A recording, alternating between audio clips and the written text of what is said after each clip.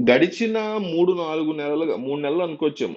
ఆంధ్రప్రదేశ్‌లో ఎక్కువగా వినిపించినటువంటి నియోజకవర్గం పేరు పిఠాపురం. పవన్ కళ్యాణ్ తర్వాత ఎక్కువగా వినిపించినటువంటి పేరు వంగా గీత. ఆమె డెఫినైట్‌లీ గెలుస్తుందనేసి ఆమెకున్నటువంటి ఎంపీ టికెట్‌ని కూడా పక్కన పెట్టి, ఈ ప్రాంతంలో ఎమ్మెల్యేగా నిలబెట్టారు జగన్మోహన్ రెడ్డి. అయితే భారీ మెజారిటీతో 60,000 పైగా మెజారిటీతో పవన్ కళ్యాణ్ గెలవడం జరిగింది. అది ఎవరు ఊహించినటువంటి గెలుపు. ఎందుకంటే 2019 ఎన్నికల్లో మంచి ఊపు మీద ఉన్న పవన్ కళ్యాణ్ భీమవరంలో గ్యారంటీ గెలుస్తారనుకున్నారు. బట్ ఆయన అక్కడ ఓడిపోయారు. గాజువాకలో బొటాబొట్టిన ఓడిపోతారనుకున్నారు. అక్కడ ఇంకా ఘోరంగా ఓడిపోయారు. సరే ఈసారి గాజువాకలో గాని, భీమవరంలో గాని భారీ ఎత్తున సింపతి ఉంటుంది గదా! ఒక ప్రాంతంలో పవన్ కళ్యాణ్ లాంటి చరిష్మా ఉన్న స్టార్ ఓడిపోతే, ఆ ప్రజల మీద డెఫినైట్‌లీ ప్రజలకు ఆ వ్యక్తి మీద డెఫినైట్‌లీ సింపతి ఉంటుంది. ఎట్లా అంటే మాది భీమవరం అనుకోండి ఉదాహరణకి. నేనెక్కడన్నా ఎళ్ళినప్పుడు ఏ ఊరు మీదంటే భీమవరం అనగానే, "ఏరా మీరు పవన్ కళ్యాణ్‌ని ఓడగొట్టారు మీరేనా?" అనే ఒక ఇది ఉంటది ఒకటి. రెండోది పవన్ కళ్యాణ్ కష్టపడిన మాట వాస్తవం. వైసీపీ వాళ్ళు ఒప్పుకున్నా, ఒప్పుకోకపోయినా గడిచిన 5 సంవత్సరాల్లో ఎంతో కొంత కష్టపడినటువంటి మాట వాస్తవం. వా మరి కష్టపడకపోతే 21/21 ఇవ్వరుగా జనాలు గూడా. 2/2 ఇవ్వరుగా ఎంపీలు. అది ఒప్పుకోవాలి మనం. పొత్తులో వెళ్ళాడు డెఫినెట్‌లీ ఇప్పుడు రాజ్యాంగానికి వ్యతిరేకం ఏం గాదు. పొత్తు పెట్టుకోవడం గురించి సింహం సింగిల్‌గా వచ్చింది. ఇలాంటివి మానేసి నెక్స్ట్ 5 ఏళ్ళు కష్టపడితే వైసీపీ మళ్ళీ అద్భుతంగా గెలుస్తది.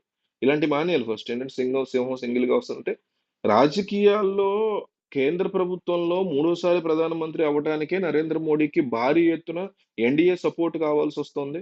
ఎన్‌డీఏ కూటమి యొక్క సపోర్ట్‌తోనే ఆయన ప్రభుత్వాన్ని ఫార్మ్ చేశాడు. అట్లాంటిది మరి రాష్ట్రాల్లో ప్రభుత్వాలు ఫార్మ్ చేయడానికి పొత్తు పెట్టుకోవడాన్ని హైలైట్ చేసి దాన్ని నెగెటివ్‌గా చూపిచ్చడం వల్ల ఏముంది ఉపయోగం మీకు? అసలేం ఉపయోగం లేదు. పొత్తు విషయంలో ఫస్ట్ ఆఫ్ ఆల్ నెగెటివ్ కామెంట్లు మానేయాలి. రాజ్యాంగం ఇచ్చినటువంటి హక్కు. రాజకీయం అట్లా చేసుకోవచ్చని రాజ్యాంగమే చెప్పింది.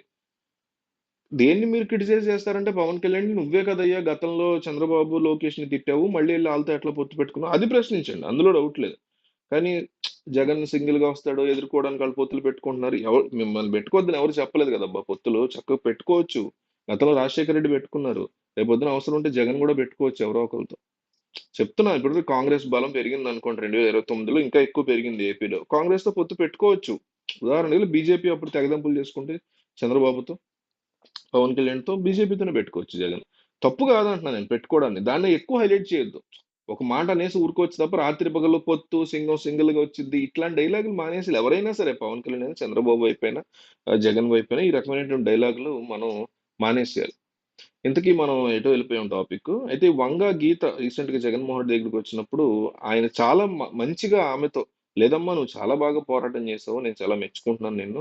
భారీ మెజారిటీ వచ్చిన మాట వాస్తవమే. కానీ ఒక భారీ వేవ్ వచ్చింది.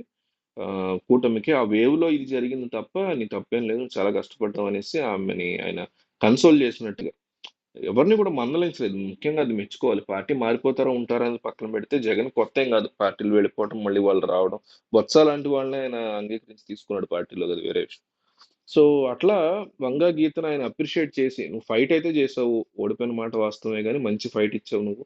అందులో డౌట్ లేదనేసి" ఆయన వంగా గీత వద్ద కన్సోల్‌గా ధైర్యాన్ని చెప్పినట్టుగా తెలుస్తోంది. ఆ రకమైనటువంటి యాటిట్యూడ్ ముఖ్యం. ఏ ఏ నాయకుడికైనా.